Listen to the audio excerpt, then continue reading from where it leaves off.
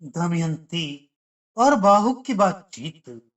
बृहदश्मुनि कहते हैं, युधिष्ठिर परम बुद्धिमान पुण्य श्लोक राजा नल के संपूर्ण विकारों को देखकर केशिनी ने दमयंती को आकर बताया। अब दमयंती नल के दर्शन की अभिलाषा से दुखातुर हो गई। उसने केशिनी को पुनः अपनी मां के पास भेजा और ये कहलाया, मां, मेरे मन में बाहुक के ही नल के होने का संदेह था, जिसकी मैंने बार बार परीक्षा करा ली है और सब लक्षण तो मिल गए हैं। केवल नल के रूप में संदेह रह गया है। इस संदेह का निवारण करने के लिए मैं स्वयं पता लगाना चाहती हूँ। माता जी, या तो बाहुक को महल में बुलाओ या मुझे ही बाहुक के निकट जाने की आज्ञा दो। तुम अपनी रुचि के अनुसार पिताजी से सूचित करके अथवा उन्हें इसकी सूचना दिए बिना इसकी व्यवस्था कर सकती हो। दमयंती के ऐसा कहने पर महारानी ने विदर्भ नरेश भीम से अपनी पुत्री का यह अभिप्राय बताया। ये सब बातें सुनकर महाराज ने आज्ञा दे दी। भरत कुलभूषण पिता और माता की आज्ञा ले दमयंती ने नल को राजभवन के भीतर, जहां वे स्वयं रहती थी, बुलवाया। दमयंती को सहसा सामने उपस्थित देख राजा नल शोक और दुख से व्याप्त हो नेत्रों से आंसू बहाने लगे। उस समय नल को उस अवस्था में देखकर सुंदरी दमयंती भी तीव्र शोक से व्याकुल हो गई। महाराज, तदनंतर मलिन वस्त्र पहने, जटा धारण किए, मैल और पंख से मलिन दमयंती ने बाहुक से पूछा, बाहुक, तुमने पहले किसी ऐसे धर्मज्ञ पुरुष को देखा है जो अपनी सोई हुई पत्नी को वन में अकेली छोड़कर चले गए थी? पुण्य श्लोक महाराज नल के सिवा दूसरा कौन होगा जो एकांत में थकावट के कारण अचेत सोई हुई अपनी निर्दोष प्रियतमा पत्नी को छोड़कर जा सकता हो?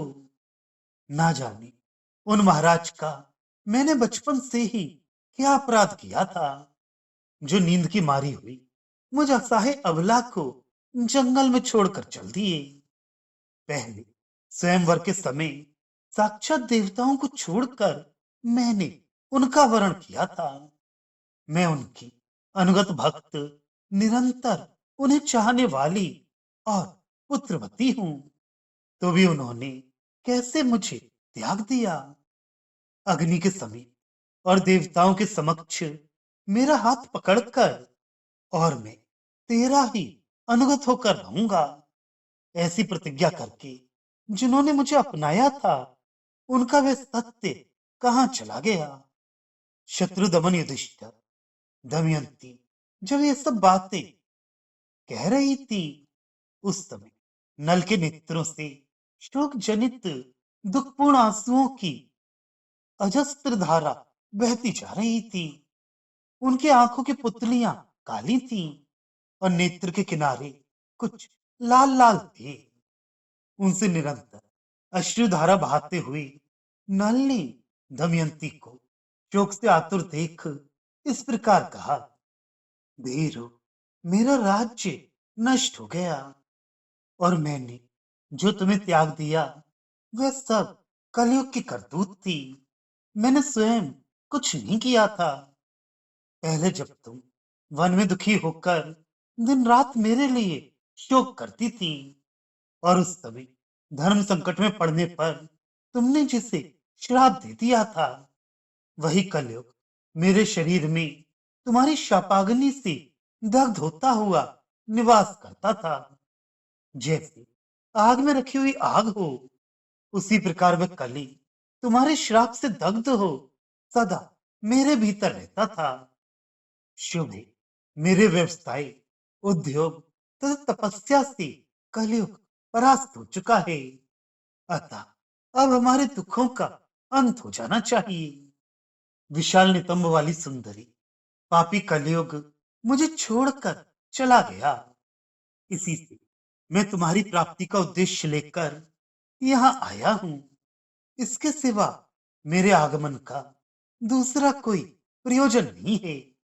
भीर, कोई भी स्त्री कभी अपने अनुरक्त एवं भक्त पति को त्याग कर दूसरे पुरुष का वरण कैसे कर सकती है, जैसा कि तुम करने जा रही हो। विधर्म नरेश की आज्ञा से सारी पृथ्वी पर दूत विचरते हैं और ये घोषणा कर रहे हैं कि दमयंती द्वितीय पति का वरण करेगी। दमयंती स्वेच्छाचारिणी है और अपनी रुचि के अनुसार किसी अनुरूप पति का वरण कर सकती है। ये सुनकर ही राजा ऋतुपर्ण बड़ी उतावली के साथ यहाँ उपस्थित हुए हैं। दमयंती नल का ये विलाप सुनकर कांप उठी और भयभीत हो हाथ जोड़कर ये वचन बोली।